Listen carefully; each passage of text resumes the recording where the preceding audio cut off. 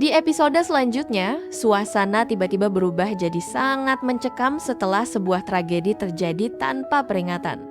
Shiori dan kakek Sege ikut terjebak dalam insiden mengerikan itu. Tim medis langsung berdatangan ke lokasi, sementara Shiori yang berlumuran darah segera dilarikan menuju ambulans.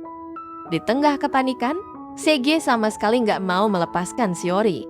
Dia terus memanggil namanya berulang kali sambil berusaha mengikuti para petugas yang membawa wanita yang dicintainya itu. Namun apapun yang dia lakukan, dia nggak bisa menghentikan keadaan. Yang bisa dia lakukan hanyalah berharap Shiori membuka matanya lagi. Di saat Shiori sedang berjuang antara hidup dan mati, masalah besar lain mulai muncul di tempat berbeda.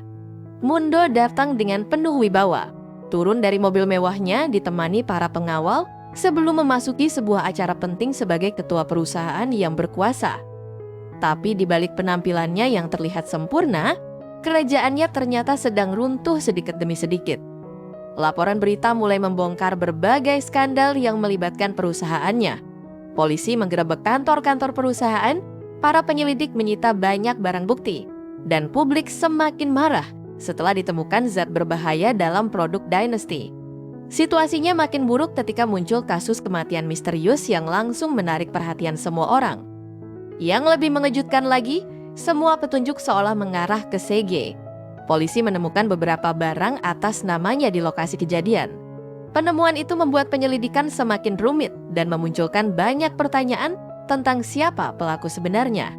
Sementara itu, ada seseorang yang menyebut Mundo sebagai monster yang sangat mengerikan. Sedikit demi sedikit, rahasia yang selama ini tersembunyi mulai terancam terbongkar.